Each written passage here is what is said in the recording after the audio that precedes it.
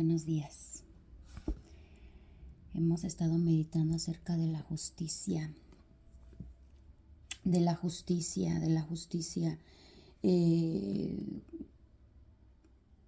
en una sociedad tan llena de injusticias, ¿verdad? ¿Qué es justicia? ¿Y qué provocan las injusticias? Hay hambre de justicia.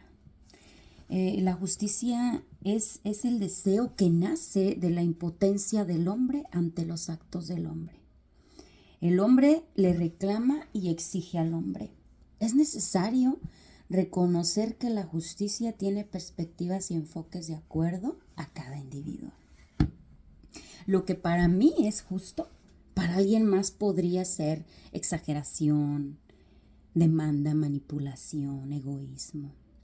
Hay desequilibrio en el que pide justicia basado en sí mismo. Se debe de tomar en cuenta una atmósfera, una causa y una responsabilidad de cada quien para poder demandar justicia. Todo acto de injusticia trae caos, desorden, dolor e impotencia.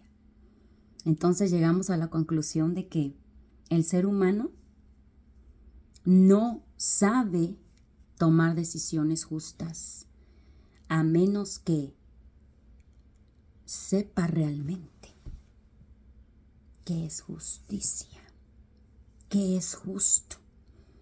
Debemos estar conscientes que somos por naturaleza personas egoístas, personas que nos aferramos a lo que pensamos, a lo que sentimos, a lo que imaginamos, a lo que queremos. Queremos adaptar cada situación para favorecernos a nosotros mismos. Si nosotros no somos sinceros, no vamos a aprender, no vamos a ser enseñados, no vamos a tener un corazón que acepte la verdadera justicia. Necesitamos por ello la instrucción y la guianza para poder poner en práctica la justicia en toda su expresión.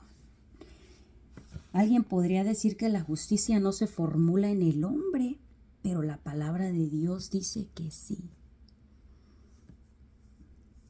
A cada uno, dice la palabra de Dios en Proverbio 21:2, a cada uno le parece correcto su proceder, pero el Señor juzga los corazones. ¿En dónde se empieza a entender la justicia? En el hombre, en el mismo hombre que se deja guiar, que se deja instruir, que se deja moldear por el conocimiento de la verdad que le lleva a conocer la justicia. Dice en 1 de Tesalonicenses 5:15, asegúrense de que nadie pague mal por mal. Más bien, esfuércense siempre por hacer el bien, no solo entre ustedes, sino a todos. Asegúrense. ¿A quién le está dando Dios la responsabilidad de ejercer justicia? Justicia es darle a cada quien lo que le merece, lo que le corresponde al hombre. No nos cansemos de hacer el bien, porque a su debido tiempo cosecharemos si no nos damos por vencidos. Gálatas 6:9. Gálatas 6:9. Dichosos si sufren por causa de la justicia. No teman lo que ellos temen, ni se dejen asustar. 1 de Pedro 3:14. Sí, vas a sufrir por hacer la justicia. Vas a sufrir.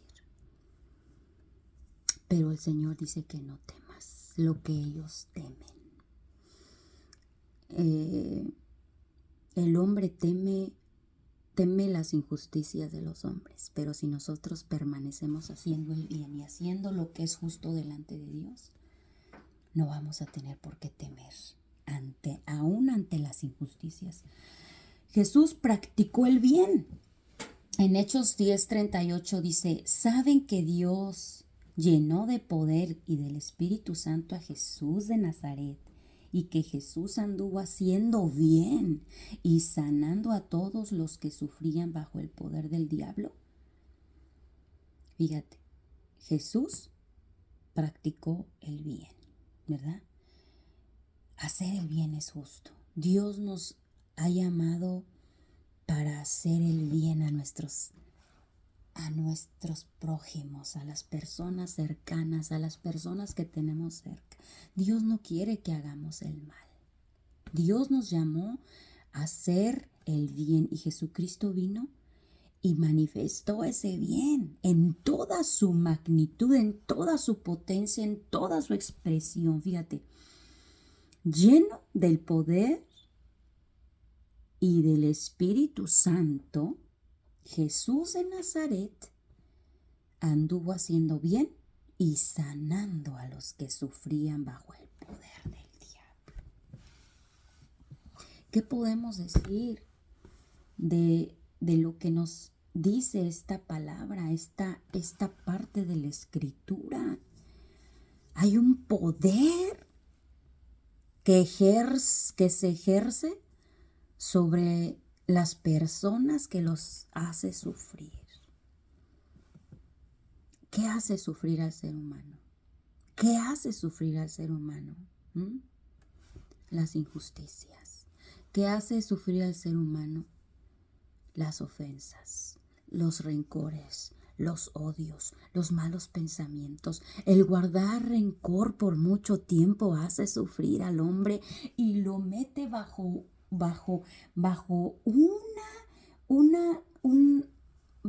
un yugo, bajo un poder del diablo. Ejerce sobre él una presión que lo está llevando a sufrir, que lo está llevando a enfermedad, que lo está llevando a padecer un dolor en su alma. Pero Jesús vino a dar perdón aún a las personas que estaban haciendo el mal. Y Jesús nos enseña la manera en que nosotros debemos de ver a las demás personas. No podemos nosotros guardar resentimientos, faltas de perdón. No podemos nosotros apartarnos de las personas por alguna situación que nos dañó en algún momento y quedar de esa manera, porque entonces nosotros nos colocamos debajo, sumisos a la voluntad del diablo, a la voluntad del maligno. Y entonces empiezan a brotar en nuestros corazones amarguras, odios. Algo que estaba leyendo acerca del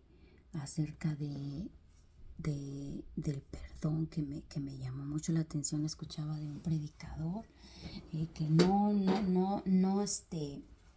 había yo nunca oído una predica acerca de él, pero él habla mucho acerca de la liberación. Pero él daba una anécdota acerca de una plática que él tuvo con una mujer que estaba llena de amarguras con su esposo, porque su esposo no le dedicaba el tiempo necesario, porque su esposo no veía por ella emocionalmente, porque se sentía abandonada por su esposo, porque pasaba demasiado tiempo fuera del hogar su esposo.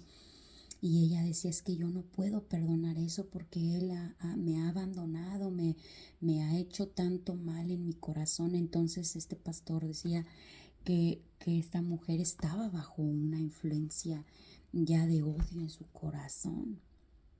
Entonces ella le recordó que como ella había aceptado el perdón de Dios, cómo había aceptado el perdón de Dios para sus pecados, para sus injusticias, para todas las situaciones que ella había obrado mal, y cómo Dios tenía esos pagarés en sus manos, esas deudas de ella, y las liquidó, se las perdonó.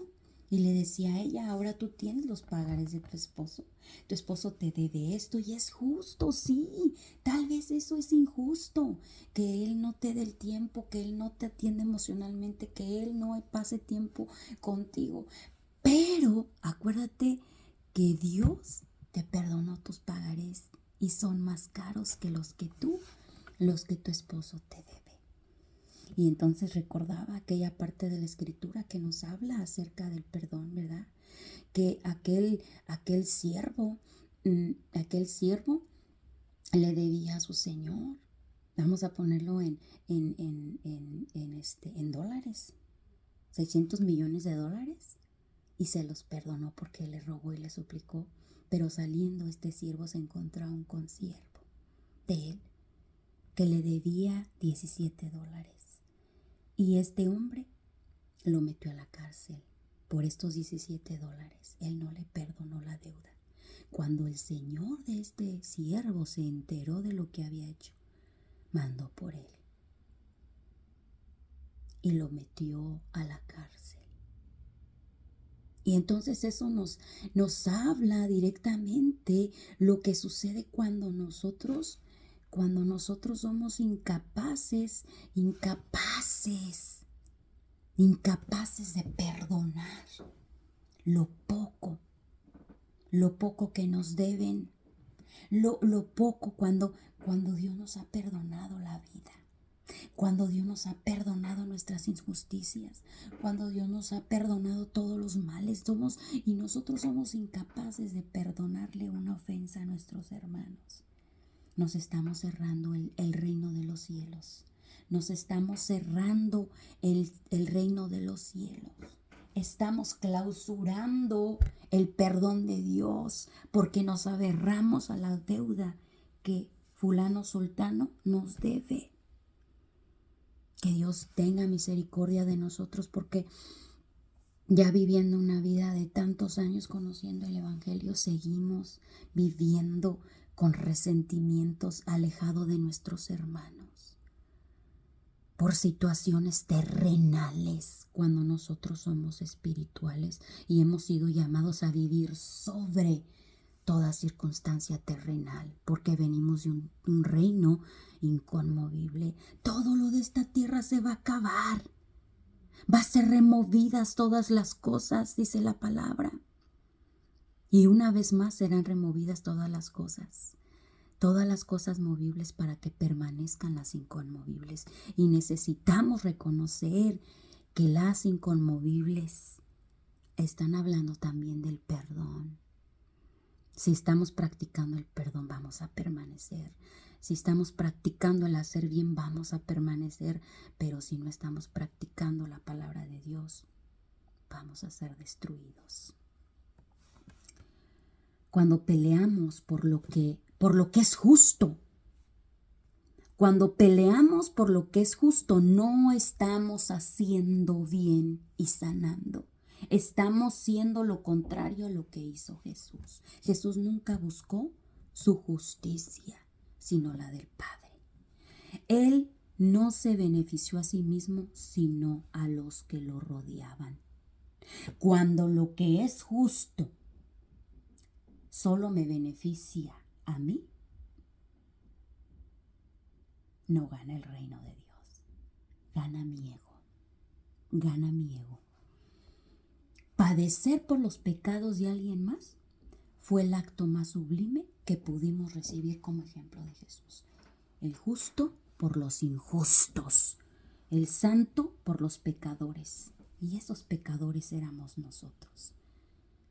Y aún seguimos fallando, seguimos recibiendo el perdón de Dios. ¿Acaso es justo? ¿Acaso es justo a la mentalidad humana que cuando una persona te falle, tú lo perdonas? Cuando te vuelve a fallar, lo tienes que volver. Ay, ya no es justo, es que ya siempre pasa lo mismo, siempre me falla de la misma manera y yo tengo siempre que ceder. ¿Y qué pasa delante de Dios? ¿No fallamos una y otra vez? No nos equivocamos una y otra vez, no erramos una y otra vez y siempre el amor de Dios viene en nuestro rescate y nos da su perdón. No nos preocupemos cuando somos defraudados, preocupémonos por no defraudar a otros. Nosotros debemos de qué? Introspectivamente analizarnos las situaciones en las que hemos defraudado a alguien. Porque para analizar cuántas veces nos han defraudado, híjole, hablamos de lo que nos han hecho.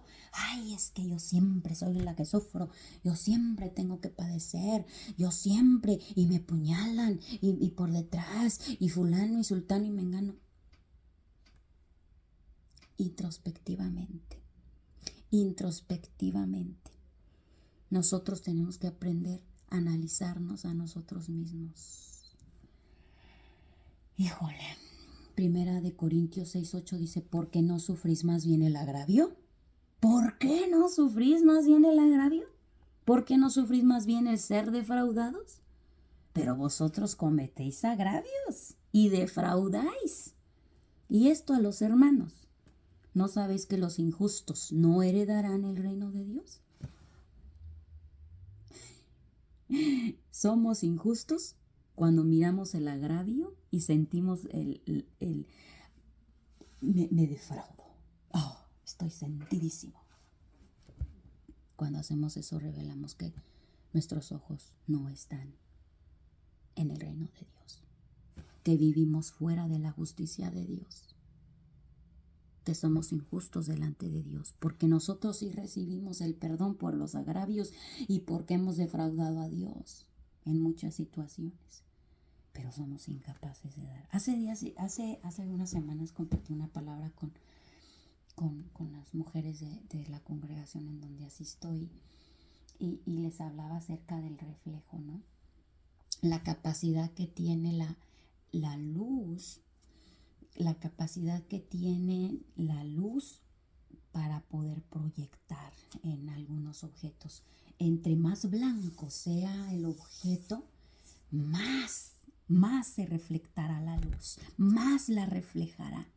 Pero entre más oscura sea la superficie, va a absorber la luz. Y así somos nosotros delante de Dios a veces. Queremos absorber la luz, pero nuestra oscuridad. Absorbemos la luz con nuestra oscuridad. Dios me perdona, Dios me perdona. Dios es paciente conmigo. Dios es fiel. Dios es bueno conmigo. Pero somos llamados a reflejar la luz, no solo a absorberla. Vosotros sois la luz, ¿no dice la palabra de Dios?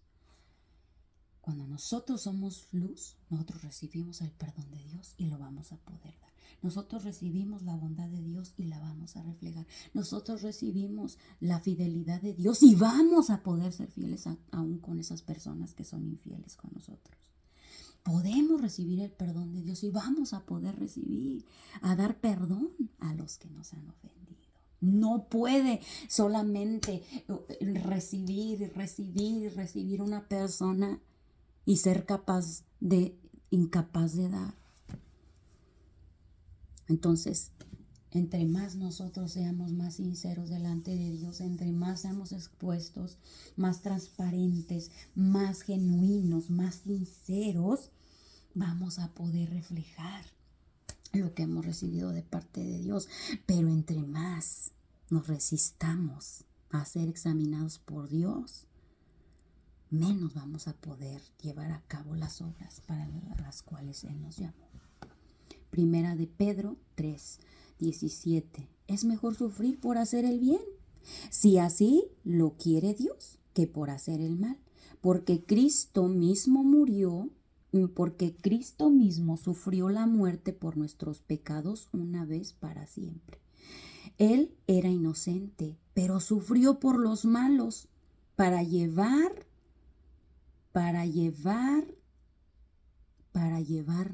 a nosotros a Dios.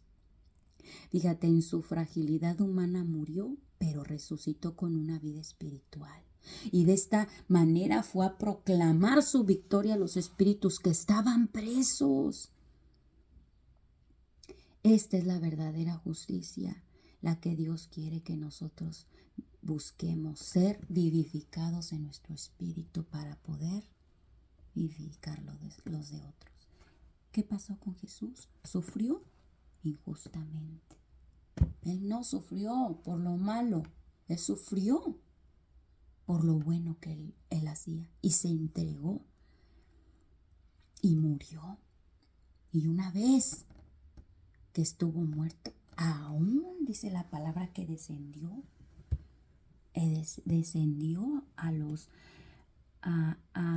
a proclamar su victoria a los espíritus que estaban presos. Y eso es lo que nosotros tenemos que hacer. Hay gente presa en condenación, presa en resentimientos, presa en culpabilidad, presas de sus pecados, porque fallaron, porque fracasaron, porque tomaron malas decisiones, y ellos no necesitan el señalamiento de nosotros, necesitan recibir el perdón. Necesitan saber que Cristo ya los perdonó. Me recordé ahorita acerca de la historia de aquella mujer prostituta encontrada en el mismo acto de adulterio y llevada delante de Jesús por aquellos hombres religiosos conocedores de la ley que querían apedrearla, pero antes querían poner a prueba al maestro, pero la llevaron al lugar en donde ella necesitaba estar, el lugar de su salvación, porque cuando la llevaron ahí y le dijeron el pecado que ella había cometido, Jesús no miró a la mujer. Jesús estuvo escribiendo en la tierra. ¿Para qué se agachó Jesús a la tierra? A escribir en la tierra. Porque yo me imagino que aquella mujer estaba tirada en el polvo. Así la pintan, ¿verdad? En las imágenes de las películas cuando pasan esa escena. Jesús bajó a su nivel. Jesús bajó al nivel de ella y tocó la tierra para escribir sobre ella.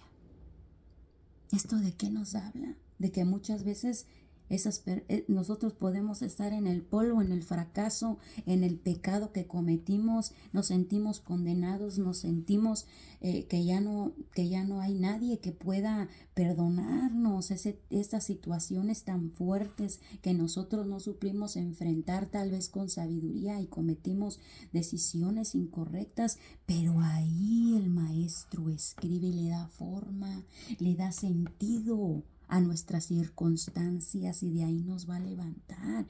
Dice que cuando él respondió a estos hombres, no les respondió con una respuesta que ellos esperaban, ¿verdad?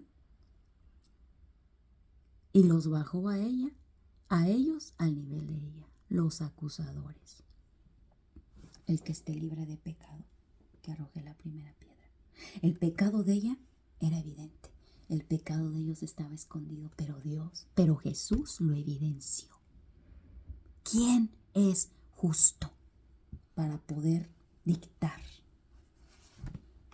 condenación o señalar los pecados de nadie?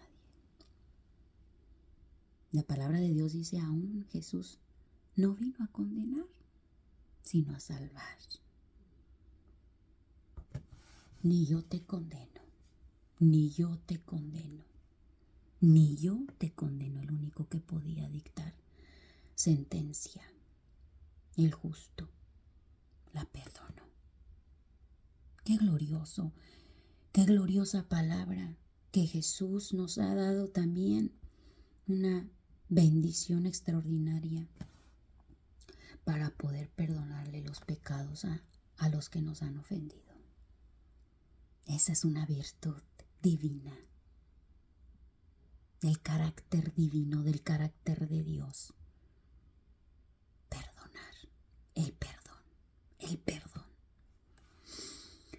Primera de Pedro 3, 18, 21 dice, porque también Cristo padeció una sola vez por los pecados, el justo por los injustos, para llevarnos a Dios, siendo a la verdad muerto en la carne, pero vivificado en espíritu. Y cada vez que nosotros morimos a lo que es justo para no es justo, porque Él me ofendió, Él me dañó, Él me hizo.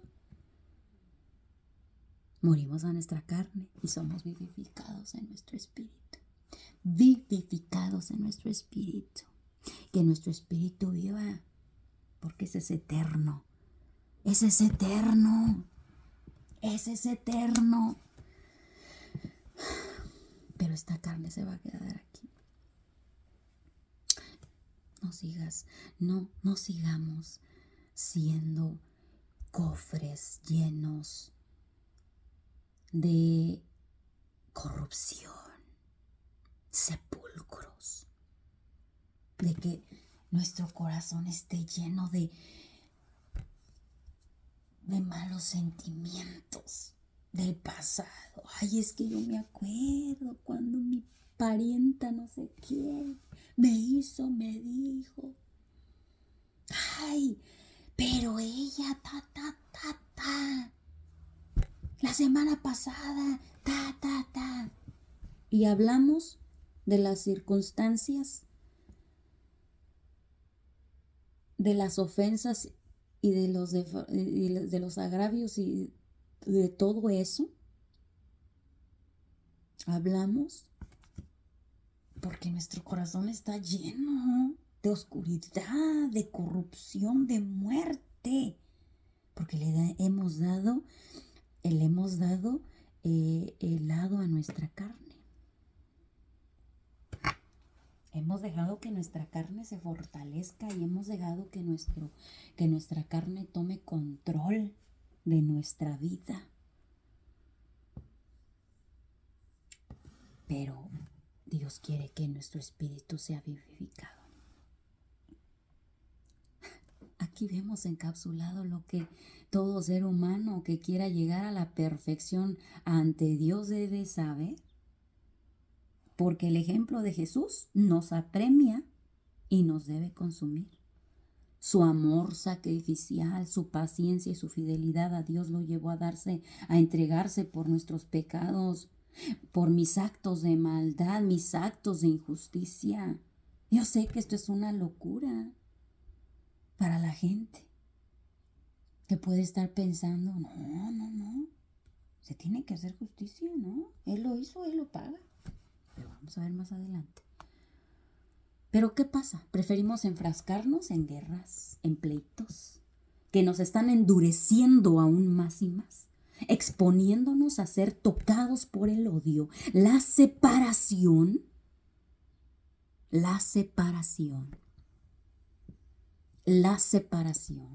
Entonces, cuando hay una separación, una separación, hay un divorcio.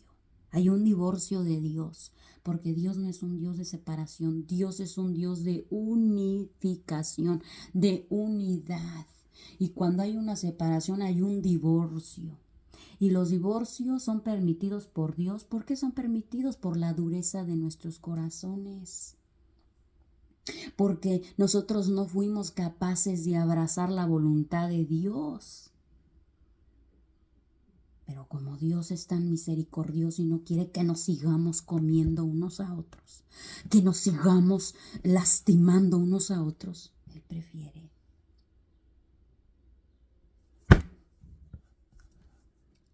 prefiere concedernos nuestro capricho. ¿Cuántas veces vemos repetido esto en los matrimonios? ¿Cuántas veces vemos matrimonios que se destruyen por una infidelidad? Que se destruyen pues más es por infidelidad, pero porque ya no se entienden por qué esto, por qué el otro.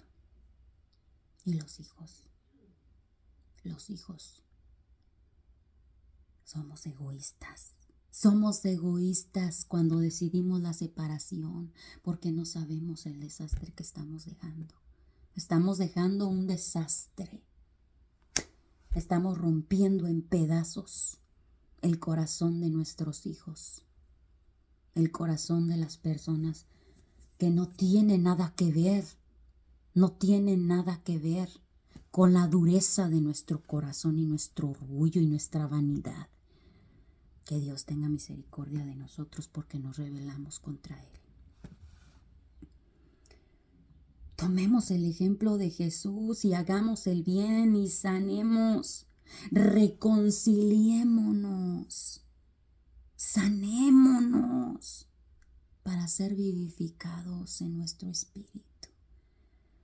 O vamos a escoger la carne que se siga fortaleciendo. Si Dios quiere vivificar nuestro espíritu, muriendo a lo que nosotros pensamos y queremos para que Él viva y reine en nuestros corazones. ¿Qué es lo justo? ¿Qué fue lo que llevó a Cristo a su crucifixión? ¿Acaso Él peleó por lo que era justo para Él? ¿Era justo que lo golpearan sin razón? ¿Ser sentenciado? ¿Ser crucificado? ¿Ser lacerado? Mas sin en cambio Él lo hizo por amor. Y el amor es el único que nos puede mover a actuar en justicia, en la justicia de Dios. Darle a las personas a veces lo que no merecen. Esto no es fácil de hacer porque es una acción divina. Es una acción que debe de nacer del Espíritu, porque esta carne es incapaz de dar estas acciones de justicia que Dios nos pide.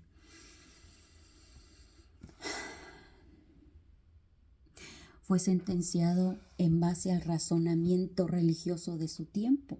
Sufrió por hacer el bien, pero llevó gloria a su Padre. Hebreos 5:8 dice, y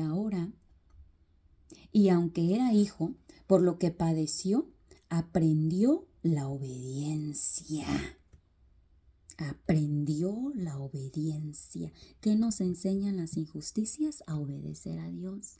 ¿Qué nos enseñan las injusticias? A obedecer a Dios. Revelan si somos de la carne o del espíritu. Y yo sé que muchas personas podrían tener argumentos para defender su justicia o su justificación o lo que sea, pero la palabra de Dios aquí dice, ¿qué dice? Que Él aprendió la obediencia por medio del sufrimiento, por medio de darnos lo que no merecíamos. Un verdadero hijo de Dios padece por obediencia. Por obediencia. Y no va a ser fácil perdonar una injusticia, un agravio, una ofensa. No va a ser fácil perdonar. Pero aquí se manifiesta el calibre de vida espiritual que nosotros profesamos. Dios dice hoy, padece injusticias, no reclames tu propia justicia. La justicia, ¿verdad? Es un término tan acuñado en estos tiempos y tan reclamado porque está desapareciendo. ¿Qué representó para Cristo la justicia y qué representa para mí la justicia? Esa es la cuestión. ¿En quién pondré las bases de mi conciencia y mis acciones? ¿En la justicia de los hombres? ¿En lo que piensan los hombres acerca de la justicia? ¿En lo que Dios dice acerca de la justicia? La justicia está desapareciendo. Cada día vemos más casos de injusticia. Cada día vemos más casos de violencia. Cada día vemos más casos de personas que hacen justicia con sus propias manos. ¿A qué queremos llegar? ¿A ser asesinos? Nosotros no nos corresponde. Vamos a ver más adelante. Justicia para mí fue el pago por el que yo debía. Justicia para mí fue que Él pagó por mí lo que yo debía. Jesús pagó por todo lo que yo merecía. En base a esto digo lo siguiente, la ausencia de justicia es la ausencia del conocimiento de Dios. Cuanto más exijo justicia, declaro mi separación de Cristo y su sacrificio. Niego que la justicia venga de Dios. Y no podemos decir que hay una justicia separada de Dios, porque aún dice la palabra de Dios que Él le dio autoridad a los hombres para ejercer justicia y que la ley no se hizo para los justos, sino para los impíos y pecadores. Entonces, nosotros cada vez que exigimos justicia y queremos justicia y demandamos justicia, estamos declarando que estamos separados de Cristo y de su sacrificio. ¿Por qué? Y más adelante lo vamos a ver. Cuanto más reclamo mi derecho, más confieso que estoy apartado del amor de Dios a través de su Hijo Jesucristo, Romanos 3:30, porque en verdad Dios es uno, el cual justificará en virtud de la fe a los circuncisos y por medio de la fe a los incircuncisos. Dios es el que va a justificar en virtud de la fe, aún a los incircuncisos. Y nosotros, aquí está hablando del pueblo judío y del pueblo gentil. Los circuncisos era el pueblo judío, ¿verdad? Personas que vivían conforme a la ley, pero los gentiles eran los incircuncisos y nosotros somos los gentiles aquí. Por la fe fuimos justificados, no por obras que nosotros pudiéramos hacer, sino por la sangre preciosa de nuestro Señor Jesucristo. Dice, ¿anulamos pues la ley por medio de la fe? De ningún modo, al contrario, confirmamos la ley. Confirmamos la ley porque la ley se hizo ¿para qué? Para los impíos y no para los pecadores. Y nosotros éramos impíos, pero fuimos perdonados. Y entonces nos justificó Dios por el sacrificio de Jesús. Entonces confirmamos la ley que dice, ¿qué dice Dios acerca de la justicia? La justicia de Dios es absoluta y equivale a la plenitud e infinita perfección del carácter divino, pero el hombre no tiene absolutamente ninguna justicia por sí solos. Todas nuestras justicias son como trapos de inmundicia. Ay, yo siempre hago lo bueno. Yo siempre actúo de buena manera. Pues no te corresponde a ti decir si eres bueno o no. Solo Dios es el único que puede pesar. Y Pablo declara, en mí no mora el bien. No mora el bien. Romanos 7:18. En consecuencia, cualquier justicia que el hombre tenga es de Dios. Es un don divino. Dice Deuteronomio 32:25. Mía es la venganza y la retribución. A su tiempo el pie de ellos resbalará, porque el día de la calamidad está cerca. Ya se apresura lo que les he preparado. Todo cae por su propio peso. ¿Qué dice Dios? Yo pagaré. Mía es la venganza, mía es la retribución. Yo soy el juez justo. Yo soy el juez justo. ¿Qué es lo que engendra la injusticia? Cuando abrazamos injusticias, ay, me hirieron, me lastimaron y fueron injustos conmigo. Venganza.